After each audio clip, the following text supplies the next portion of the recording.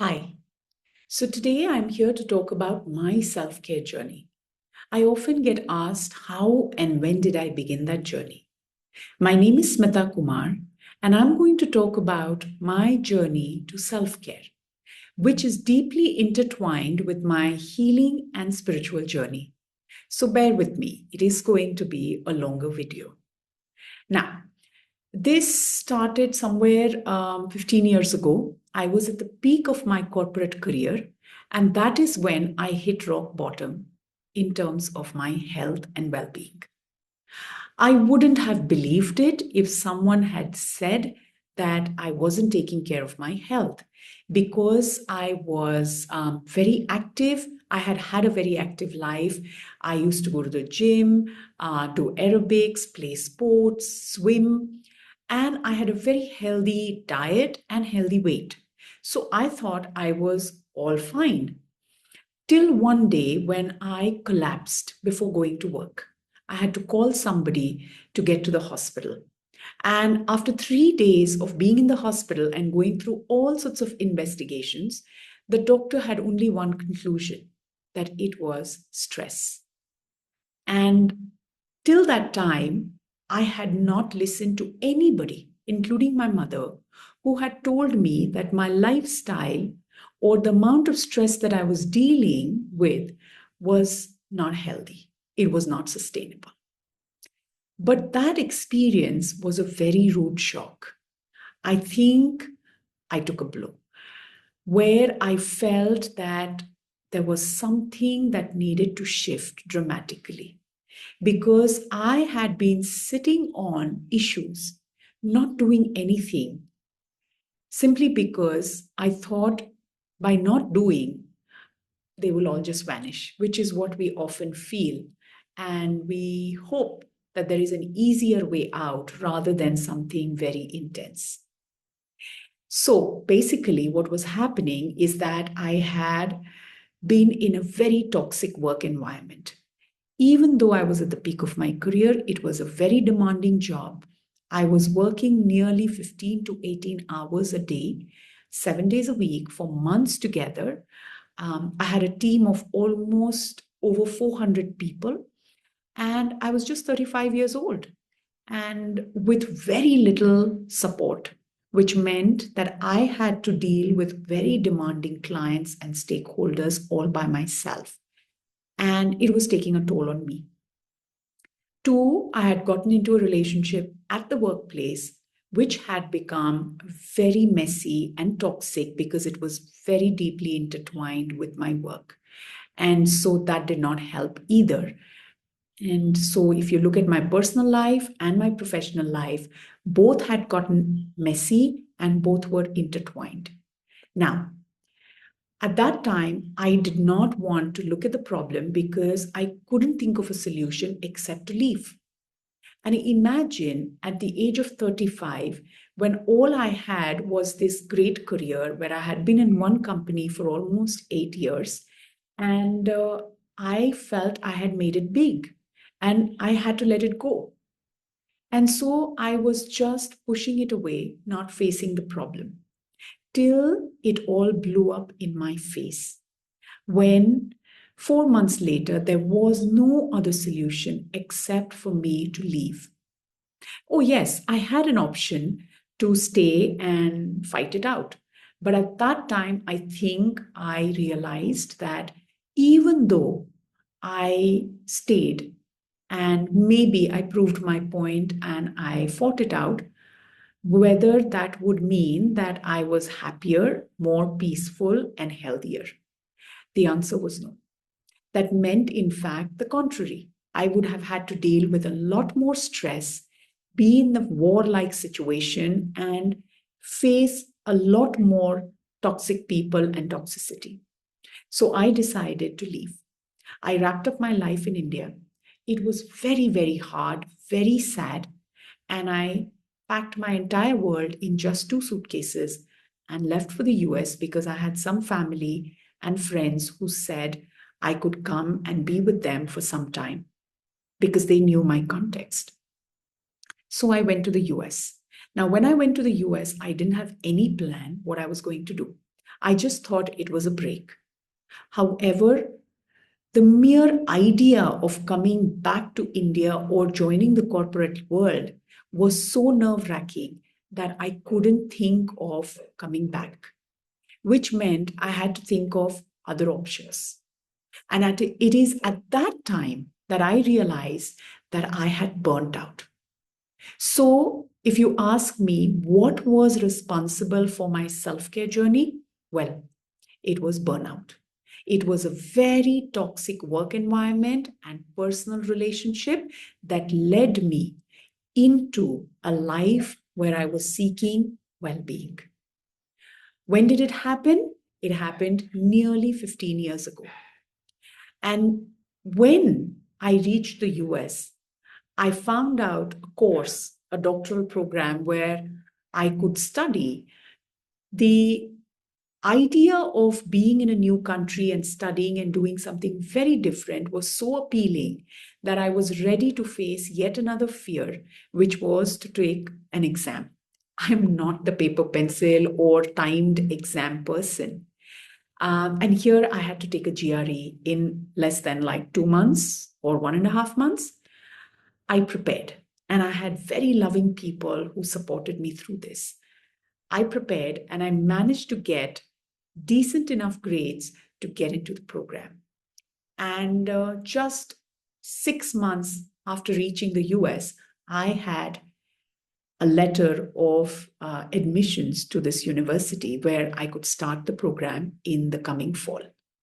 So, in less than a year after this incident had happened, I was in a new country doing something very different and being with people that didn't have any connection with my previous life. So, my world had changed 180 degrees. And this was giving me hope and excitement, while my past was filled with unhappiness, sadness, and definitely there was no hope. So that is how I embarked on my self care journey. Sometimes we feel self care is doing yoga, meditation, going for a walk, taking care of our physical or emotional well being. But we forget that self care is actually looking at the core problem from where your stress, unhappiness, or sadness begins. And in my case, because I was sitting on it for nearly 6 years, not doing anything, it blew up in my face where I had to do something. And it became very intense and dramatic. It doesn't have to be that way. But in my case, that is how it ended up. And so I often joke that I don't learn easily. I go through tough times to learn. Well, that's just, something on the side. But once I was in the US, in a new city, doing something very different, I think I was ready to really engage in my well being, not just physical health, but something more. And in the past, I had been doing yoga, but yoga was just another thing that I was doing for my fitness. I knew it was more than physical, but I hadn't really let it seep in. So this time, what happened when I was in the US, I found a yoga studio right close to my college where they would offer free yoga classes to students provided they cleaned the yoga studio once a week. And so I started engaging in just this community work, cleaning the studio to get unlimited yoga classes. And that to me was a turning point in my life. I didn't realize that by just being there, taking yoga classes, I would end up finding my yoga home and start a journey which was going to be unimaginable, deeply transformative, and would lead me to where I am today. And that story is for another time because it's going to be a separate video, which is my spiritual or yoga journey. But coming back to my self care, so what yoga started doing for me was not only provided me with and avenue which was keeping me anchored, because this modality was familiar to me. It was for my well-being. It was keeping me connected to Indian roots. But this time around, yoga started to heal me. I didn't realize the power of healing that yoga had till then. I slowly started to feel less anxious, less sad, and maybe opening up to happiness again. I was feeling less lonely, not only because I found a community in the yoga studio, but somewhere something was shifting here. I was connecting to myself, the voice that I had stopped listening to, because in my previous era, it was talking about all that was not going well and the sadness that I had, and I didn't want to hear that. But now I was ready to listen to myself. And so I had started connecting to my inner self. And that was life changing for me. It had started making me happier.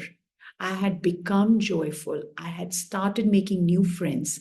While in my previous era, I had become so sad and lonely that I had stopped making friends. I had stopped trusting people, and I didn't even know about it. But now that was changing. So my self care journey at that time expanded. So it was yoga, it was a loving, supporting community, it was new healing modalities that I was exploring and exposed to, whether it was angel healing, whether it was spiritual healing, Reiki, or healing modalities that I didn't even know what it was called. But meeting amazing people who were all just focused on helping me find myself and heal. And all of that was coming together in a beautiful way to provide me this ideal scenario to heal. So my lifestyle had now changed dramatically. I was studying, I was doing yoga, and slowly I started teaching yoga after teacher training. I had my own personal practice of yoga, chanting, meditation, spending a lot of time in the parks, which meant healing in the nature, and being with amazing healers who would keep helping me go within. Now, what also meant is that through all this, I started my inward journey of healing, which had a lot of dark night of the soul, deep inner work that again I will talk about in a separate video. But that healing journey again was possible because I had this very holistic self-care lifestyle. You need that support system. You need that foundation to embark on this deep inner journey. And what started in the US was the foundation. I was laying the foundation so that the cushion was there when I was going deep into doing self work, right? So my self care journey had all of this. And today, from where I am, if I look back, I can only have a lot of gratitude to each of these modalities that I was exposed to and the different people who came in my life to share these practices, to teach these techniques to me, and to help me make it my life and my practice. So today, where I am, the external doesn't disturb me as much. It does, but it doesn't shake me to the core because I'm already connected to this place within. And when you're connected here, the outside will only have little impact on you because you come back and you're able to find solace, comfort here, and the strength comes from here. And so that is what the self-care journey that started 15 years ago has given me today. What is it that I would like to share with you as a suggestion to start your self-care journey? Well, if I look at my own journey, I wish 15 years ago, or maybe even 20 years ago, if somebody had introduced me to some of these practices that I was ready to explore and try it out, maybe I wouldn't have had such an explosive experience, which would have then brought me to the self-care journey or healing journey. Because it was very, very tumultuous, it was very traumatic and very disturbing. So, my only invitation to you would be that if there is any way that you can find different modalities to explore, experiment that would help you connect with yourself, that'll help you take care of you in ways that you can nourish your emotional self. You can engage in your spiritual life, and then you can work with every other aspect in your life. So find ways to take care of your emotional health, spiritual health, and your physical health. When all these things come together, you will feel a lot more at peace here. It doesn't matter what's happening outside. You will feel anchored. You will feel connected, and you will still have hope and strength to go on. Now, to end this session, let's do a short practice to connect to yourself, to engage in some self-care. I invite you to either sit comfortably or lie down. Take a deep breath in through the nose. Exhale with your mouth open. Again, inhale through the nose. Exhale with the mouth open. Do it one more time. Inhale and exhale.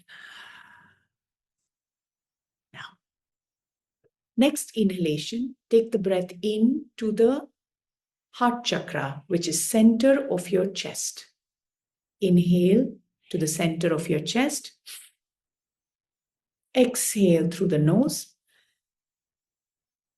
Again, inhale to the center of your chest.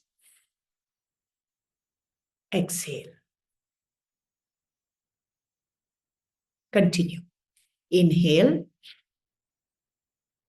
Exhale.